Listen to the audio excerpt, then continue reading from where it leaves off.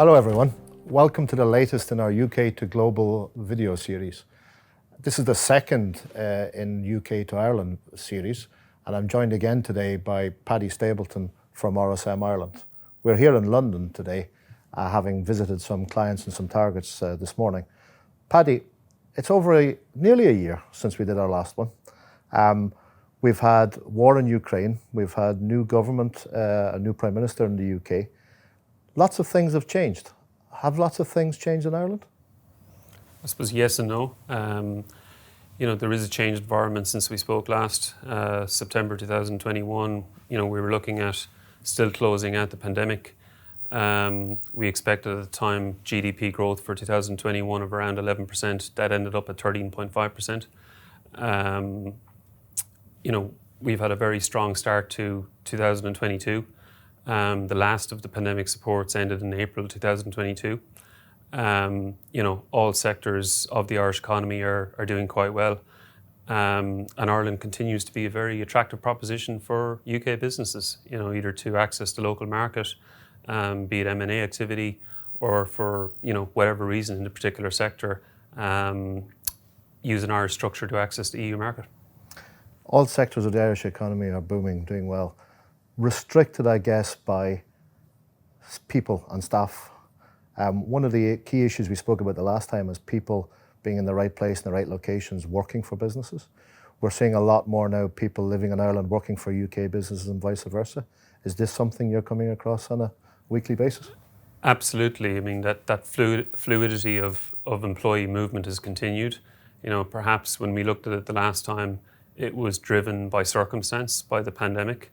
Now it's probably more driven by lifestyle and flexibility and a changed approach by employers to allowing their employees to work in other jurisdictions, including Ireland, or, for instance, looking at Ireland to hire new talent, whereas maybe they wouldn't have looked outside the UK for that particular talent before. And that naturally drives, certain tax issues, which we can help clients with. And I guess leaving aside the international issues, in terms of hybrid working, has that really taken off in Ireland? Is that now the norm? Yes, I wouldn't say it's the norm, but I think it's been embraced quite widely. There's over 200, remote hubs now for employers to access in Ireland. There's been a lot of work being put into our broadband infrastructure. So certainly, employers are looking at it as a tool to attract talent and retain talent. And I guess the issues we need to consider for UK businesses looking at Ireland, are they on the right compliance footing? So, are they considering whether they need to register for employment taxes here? Are there any employment laws that they need to consider? Are there any visa issues? Does having people employed in Ireland, from their UK business trigger potentially a permanent establishment issue? So, these are all issues that our team in Ireland and our relevant teams in the UK can help clients with. And I guess what we'd always say with these issues, they're easier to tackle at the start, and the earlier the clients tell us, the better. Yes. Looking back at our previous video in preparation for this, I recall that I made some comments around there being a lot of liquidity in the market and people gearing up for acquisitions. I know from the traffic that you and I have been seeing over the last few months, there are lots of instances of both businesses in the UK and Ireland acquiring businesses in other jurisdictions. You're obviously seeing some of that. Can you share a bit more about what you're seeing? Absolutely. Obviously the private equity sector is a key focus for our network member firms. It's still very active. I think the level of activity in 2021 surprised us all, and that activity really has continued into 2022. So there is a pretty steady flow of deal activity. On the whole, it seems that UK purchasers still see a lot of value in the Irish market. And that's across a number of sectors. Probably predominantly what we've seen this year is in the broad technology sector.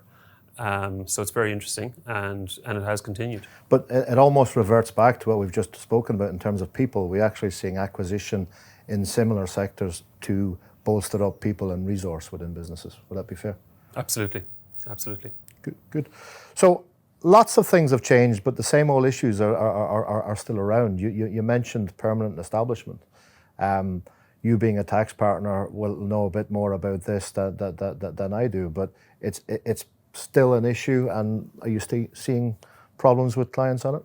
Still an issue, probably more so with maybe UK businesses where it's their first time internationalising, right? So maybe Ireland is the first jurisdiction outside of the UK where they've employed staff.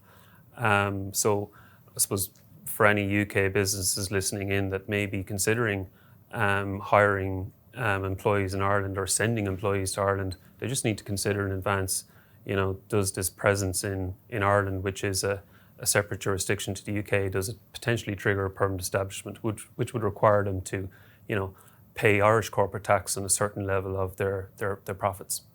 Okay. When we spoke previously, I know we were in the aftermath of Brexit, and I talked about the number of incorporations we were seeing on an almost daily basis at one stage. I would suggest the incorporation rate has slowed, but what I'm seeing now is those businesses having traded and sometimes traded very quickly. And what I'm now seeing is sort of a retrospective getting the compliance together. You having instances of this as well with VAT registrations and things to be completed in arrears? Yeah, certainly. If you recall, there was a flurry or almost a frenzy of activity to set up structures in advance of Brexit. Some of those have been needed, some of them haven't. Some of them that have been needed, the supply chain may since have changed. So there's various issues that we're working through with clients. So it may be retrospectively getting their compliance affairs in order. For those structures that haven't been needed, it may be, winding them up or maintaining them.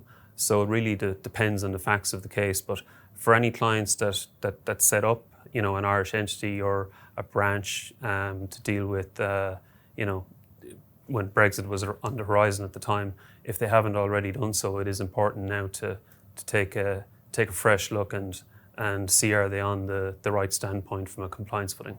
Okay. So in terms of legislative changes, has there been anything come up in Ireland that our listeners need to know about? Nothing significant in the last 12 months in terms of changes. I suppose transfer pricing still continues to drive a lot of needs for clients in terms of getting on the right footing with Irish transfer pricing requirements, and that's something that we work on a cross-border basis with our UK and Irish transfer pricing teams. There's probably has been a change in the UK side that certainly has been an issue for Irish companies for holding. You'll be referring to the Register of Overseas Entities, yes. whereby anybody with any overseas entity that owns property in the UK now needs to register on this register to allow them to be able to buy and sell properties in the future. So given the relationship between the two countries, there'll be a lot of Irish entities that will own UK property. I guess if we look out the window here in London, the chances are some of these buildings are owned by Irish entities. Absolutely. So it is a key requirement because we both know the penalty regime is quite punitive. Okay. So thank you very much, Paddy. Thank you everyone for listening. We look forward to doing another video shortly in the future, whereby with the new UK government, new UK Prime Minister, I should say, we may have some tax changes and the Northern Ireland Protocol to be revisited. Thank you for listening.